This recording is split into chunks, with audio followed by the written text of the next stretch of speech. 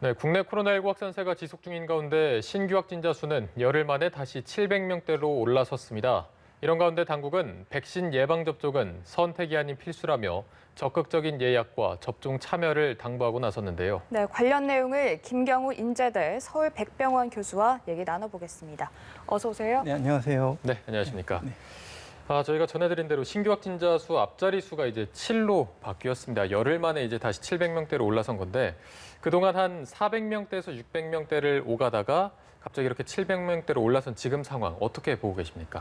네, 이제 휴일 영향 때문에 또 통계의 어떤 날짜 차이 때문에 좀 그렇게 보이는데요. 네. 반대로 말하면 그것 때문에 우리가 좀 감소세로 좀 잠깐 오판할 수 있는 그런 통계 수치가 나왔다고 생각이 되고요.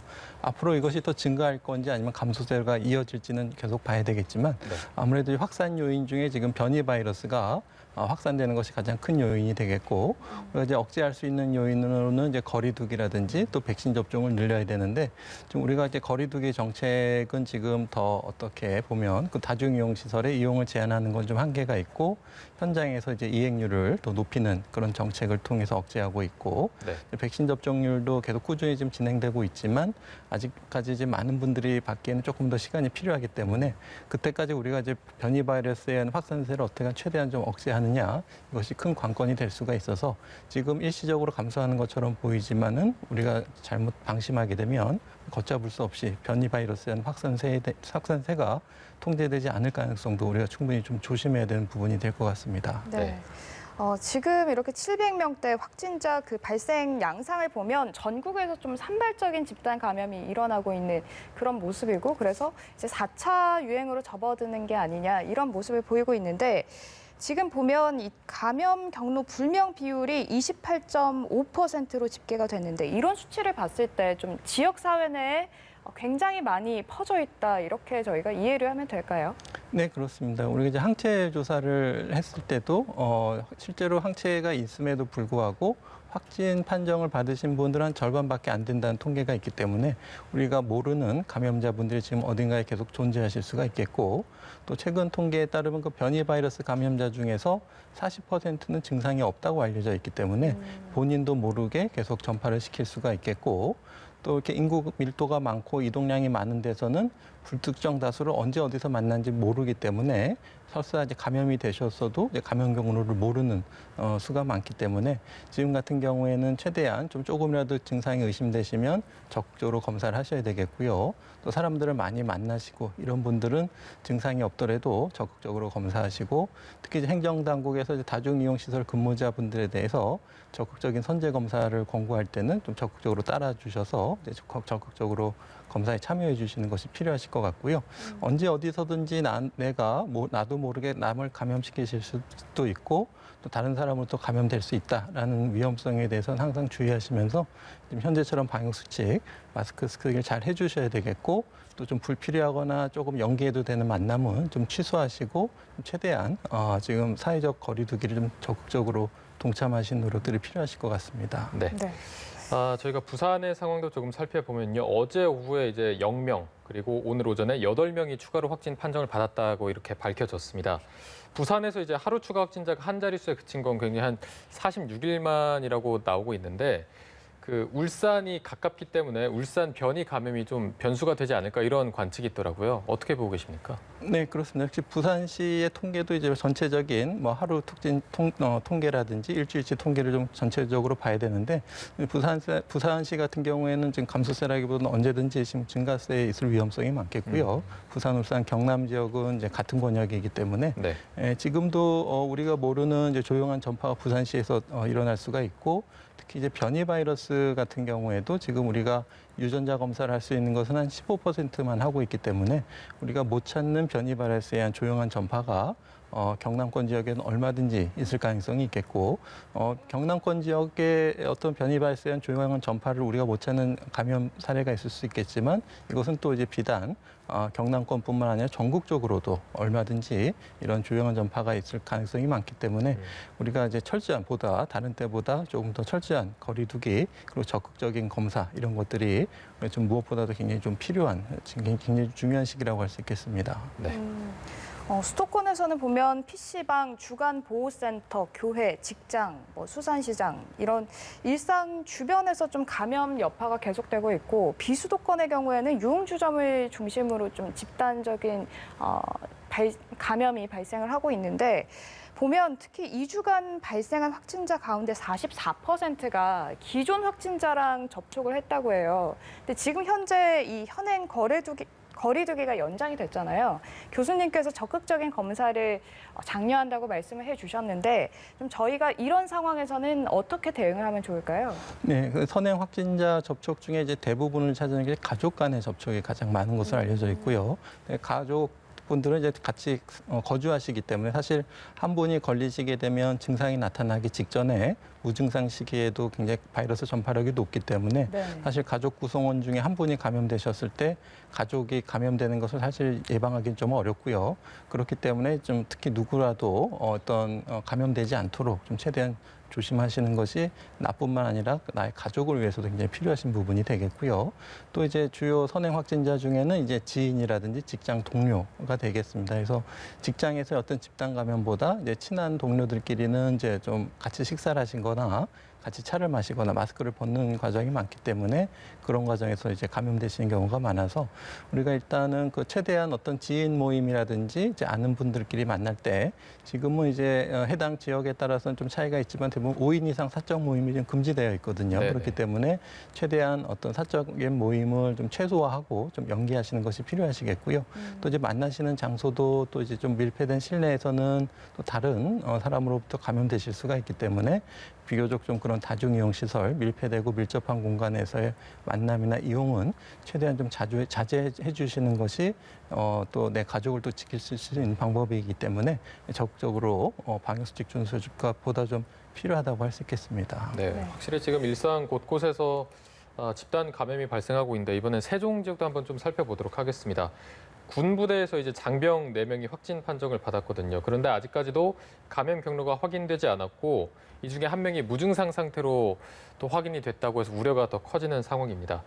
이제 군부대 특성상 또 밀폐돼 있기도 하고 같이 이제 활동을 하기 때문에 앞으로 이런 군부대 내에서의 어떤 감염 계속 나올 가능성이 높겠죠? 네, 그렇습니다. 집단 생활을 하시기 때문에 젊은 층이 있다고 해도 집단적으로 발생할 수 있고 또 젊은 층에서도 일부는 위중증으로 가시고 또 후유증이 심하게 오래 남으실 수가 있기 때문에 네. 군대는 이제 철저한 방역 관리가 필요한 부분이 돼서 지금 그래서 방역 당국에서는 예전부터 이제 신입 장병들 같은 경우에는 PCR 검사를 집합 검사를 해서 의무적으로 하고 있고 또 지금 요즘에는 이제 휴가를 갔다 온 장병들은 부대를 복귀해서 바로 생활하는 것이 아니고 휴가를 다녀온 분들끼리 이렇게 격리된 상태에서 2주 동안 좀 따로 격리된 상태로 생활을 할 수 있게 돼 있거든요. 그래서 이번 사례 같은 경우에도 아마 이제 휴가를 다녀오신 분들끼리 따로 이제 코호트 격리된 상태에서 아마 이제 한 분이 이제 감염되셔서 이제 주변에 같은 분들이 지금 4분이 감염된 것으로 확인됐고 만약에 같은 코호트 격리된 다른 분들이 있으면 지금 현재는 음성이라고 하더라도 또 14일 이내에 양성으로 전환될 가능성이 있기 때문에 격리를 유지하면서 PCR 검사를 아마 좀 반복적으로 해야 될 것 같은데요. 네. 아마도 이제 그 휴가를 가긴 가야 되는데 이제 돌아와서 이제 감염시키는 것을 최대한 막기 위해서 코호트 격리 같은 것들을 조금 더 적극적으로 할 수가 있겠고 조금 더 여유가 되면 이렇게 뭐 50명씩 같이 계시는 것보다 조금 더 분산해서 코호트 격리를 하게 되면 좀 같이 감염되는 분들이 좀 줄어들 가능성도 있을 것 같고요. 또 아마 근본적으로는 이제 해외 뭐 이스라엘 군처럼 우리 군 부대에서도 자체적으로 이제 예방 접종률을 높여서 군 부대가 이제 집단 면역을 형성할 수 있도록 하는 것들을 조금 더 빨리 계획대로 시행하시는 것이 좋겠고 지금 30대 이상 군 장병 중에서는 지금 거의 굉장히 높은 율의 접종률을 보이고 있는데 나중에 이제 30세 미만에서도 접종이 확대되면은 어떤 군대에서의 집단 면역 형성하는 데는 좀 많이 도움이 돼서 근본적인 예방이 될 수 있을 것 같습니다. 네. 이제 어제부터는 70에서 74세 사이의 어르신들을 대상으로 아스트라제네카 백신 접종 예약이 시작되지 않았습니까? 문재인 대통령도 어버이날의 최고의 선물은 이런 백신이다. 이런 이야기를 했는데 뭐 어르신들은 사실 좀 예약이 서툴러서 어려움을 겪는 분들도 계셔서 어떤 방법이 있는지 또 뭐 직접 하는 방법 말고 또 다른 방법이 있는지 한번 짚어주시면 좋을 것 같아요. 네, 맞습니다. 이제 그 온라인 누리집을 통해서 예약 시간과 장소를 선택하실 수가 있는데 이제 그것이 어려우시면 옆에서 이제 도와드릴 수가 있겠고요. 네. 또 이제 전화로도 콜센터를 통해서 1339나 지자체 콜센터 120이라든지 이것을 통해서 전화로도 예약하실 수가 있겠고요. 또 동네 어떤 주민센터에 가시게 되면은 핸드폰 신분증을 가져가시게 되면은 또 동사무소에서 이제 대신 또 입력을 해드릴 수가 있겠고요. 그렇기 때문에 이제 또 주변에서 이제 어르신들을 직접 모시지 않는 자녀분 같은 경우에 또 각 동네 또 이장님이라든지 그런 분들이 계셔서 같이 좀 같은 공동체에서 도와드릴 수가 있기 때문에 네. 그리고 이제 말씀하신 것처럼 서투신 분도 있고 또 좀 뭐 시력이나 청각이 좀 떨어져 계신 분도 있기 때문에 좀 적극적으로 좀 도와드려서 주변에 있는 분들이 좀 적극적으로 도와드려야 될 것 같고요.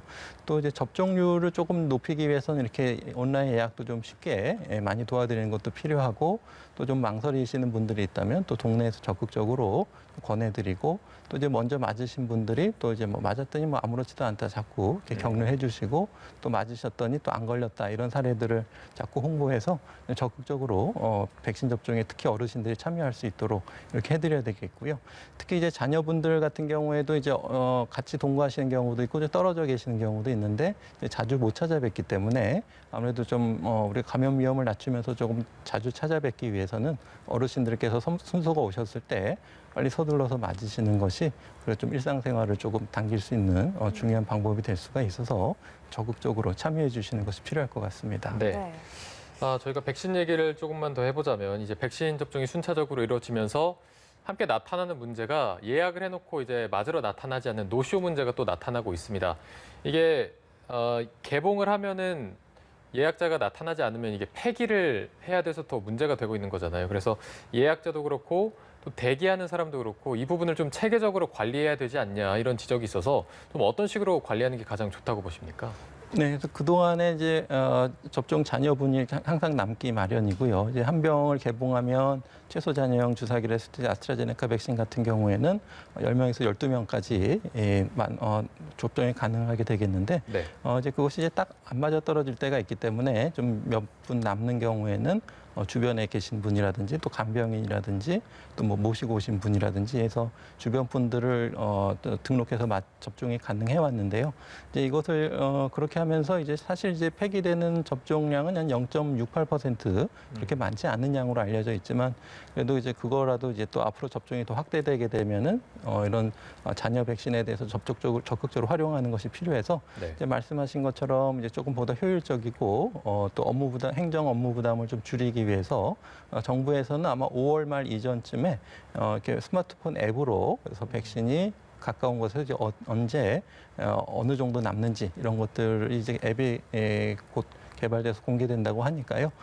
지금 조금만 참으셨다가 이제 노쇼 백신 그 접종 잔여분 같은 경우에도 젊은 분이 먼저 맞으셔도 되는데 특히 이제 그다음 우선 접종 대상이신 지금 50대 장년층이라든지 특히 이런 분들부터 좀 적극적으로 참여하셔서 잔여 백신은 폐기된 양을 좀 최소화하는 것이 필요할 것 같고 아마 이제 앱이 개발되면 아마 좀 많은 분들이 효율적으로 잘 접종을 맞으실 수 있을 것으로 기대가 됩니다. 그럼 말씀하신 것 중에 이제 그 대기하는 사람은 나이나 뭐 이런 거 상관없이 뭐 선착순으로 하면 바로 맞을 수 있는 겁니까? 네, 현재로는 지금 그렇게 알려져 있고요. 그걸 조금 더 해서 하게 되면은 이제 차기 우선 접종 대상자분들이 좀 먼저 맞으시면 좋긴 하는데 아직까지는 그렇게 어떤 등록을 신청하시는 분들에 대해서 자격 제한을 두고 있지는 않기 때문에 나중에 앱이 나왔을 때 희망하시는 분들은 접종하실 수 있게 그렇게 개발이 될 것 같은데요. 네. 개발 과정에서 말씀하신 것처럼 그래도 이제 뭐 조금이라도 조금 더 신청자가 많으시게 되면은 조금 우선 접종자를 조금 더 배려해서 우선 순위를 줄 수 있는 그런 기능이 탑재될지는 조금 좀 지켜봐야 될 것 같습니다. 네. 네. 또 중국 제약사 시노팜의 코로나19 백신에 대해서 WHO가 긴급 사용을 승인했다. 이런 내용을 로이터 통신이 보도를 했는데 이 시노팜이 예방 효과 자체는 낮지 않은데 그 자세한 데이터 등을 좀 투명하게 공개하지 않아서 논란이 된 바 있지 않습니까? 이 안전성에 대해서는 어떻습니까? 네, 그래서 WHO에서 이제 긴급 승인하면서 어떤 그 말씀하신 것처럼 효능이라든지 안전성에 대해서 평가를 한 것이 있는데 효능에 대해서는 이제 높은 평가를 했지만 말씀하신 안전성에 대해서는 조금 더 자료를 좀 보완하는 것이 좀 필요할 정도로 그러니까 확실성의 등급을 좀 낮게 준 부분이 이제 안전성. 그러니까 지금 한 6천만 명 이상 시노팜 백신을 맞으셨는데 그분들에 대한 어떤 실제 임상 자료들이 지금 충분히 획득되지 않아서 그 부분에 대해서 조금 낮게 평가한 부분이 있고 네. 특히 이제 고령층 어르신분을 대상한 임상시험 연구에서는 충분한 효과 비교가 좀 없었기 때문에 고령층 60세 이상 분들에서 어떤 효능이라든지 중증 이상 반응에 대한 자료 이런 것들에 대해서는 조금 확실성을 좀 낮게 평가한 부분이 있고요. 또 그 밖에도 뭐 변이 바이러스에 대한 효능이라든지 이런 것에 대해서는 좀 추가적으로 확인이 좀 필요한 부분이 있는데 그럼에도 불구하고 이제 긴급 사용 승인을 했다는 것은 아마도 좀 전 세계적으로는 백신 보급, 백신이 좀 많이 부족하고 있고 특히 이제 시노팜 백신 같은 경우에는 냉장 온도에서도 이제 보급이 가능하기 때문에 특히 저소득 국가에서는 냉동 유통망을 좀 갖추기 어려운 환경이 많아서 네. 이런 백신을 조금 좀 우선적으로 고려했던 것이 아닌가 싶어서 조금 더 이제 추가적으로 안전성에 대해서는 좀 확인이 필요할 것 같은데 일단 임상 시험 단계에서는 한 2건 정도의 이제 탈수초성 신경성 이상 반응이 있었다라는 보고 정도는 있어서 일단은 이제 실제 접종이 일어나면서 생기는 이상 반응에 대한 자료 수집을 통한 보완은 조금 필요할 것으로 예상이 됩니다. 네. 자, 저희가 마지막으로 이제 인도 상황도 한번 살펴보도록 하겠습니다. 지금 하루 사망자가 4천 명을 넘어섰습니다. 지금 최고치를 또 경신을 했고 이대로 두면 전 세계로 확산할 수도 있다는 우려가 있는데 실제로 인도와 좀 인접한 동남아를 중심으로 확산하는 조짐을 보이고 있거든요. 이게 그쪽이 의료 체계도 좀 열악하다 보니까 전 세계로 퍼질 가능성도 계속해서 나오고 있고 이 부분을 좀 어떻게 치료해야 되는 건지 어떻게 손을 대야 되는 건지 어떻게 바라보고 계십니까? 네, 그렇습니다. 아마도 이제 그 주변 국가들, 동남아 국가에서의 어떤 확진자 증가 추세, 이건 조금 나라마다 좀 차이가 있는데 대부분 조금 의료 시스템이 좀 열악하거나 백신 접종률도 좀 낮고 특히 뭐 네팔 같은 경우에 지진 때문에 많은 인프라들이 좀 많이 부족해져 있는 상태고 그 어려운 점이 많기 때문에 전 세계에서 좀 관심을 가져야 될 것 같고요. 네. 이제 뭐 방글라데시 같은 경우에는 이미 4월 초에 한번 대유행이 있어서 지금 전국적인 봉쇄령을 통해서 어느 정도 확산을 조절하고 있지만 스리랑카 같은 경우에 계속 꾸준히 좀 증가세에 있기 때문에 계속 좀 보다 강력한 공중보건적인 봉쇄 조치 이런 것들이 필요할 것 같고 백신은 전체적으로 좀 부족한 상황이지만 빨리 이제 인도가 이제 백신 생산량을 좀 늘리고 주변 국가에 좀 기여를 할 수가 있게 되면 더 좋을 것 같고 중국 백신도 이제 WHO 이제 승인을 받았으니까 코백스를 통해서 좀 많은 지원이 이루어져서 해당 국가들의 좀 충분한 또 공평한 백신 보급이 좀 이루어져야 될 것 같고요. 아무래도 이제 해당 국가 변이 바이러스의 어떤 전파력 자체보다는 아마 해당 국가에서 어떤 통제 정도에 좀 문제가 좀 더 많았던 것 같아서 각국에서 이제 어떻게 대처하느냐가 해당 국가에서 유행을 통제할 수도 있고 이제 말씀하신 것처럼 전 세계적으로 퍼져나갈 수 있는 것을 통제할 수 있는 중요한 방법이 될 수가 있기 때문에 전 세계가 관심을 가지고 적극적으로 좀 지원을 하는 것이 필요할 것 같습니다. 네, 알겠습니다. 지금까지 김경우 인제대 서울백병원 교수와 얘기 나눠봤습니다. 오늘 말씀 고맙습니다. 고맙습니다. 네, 감사합니다.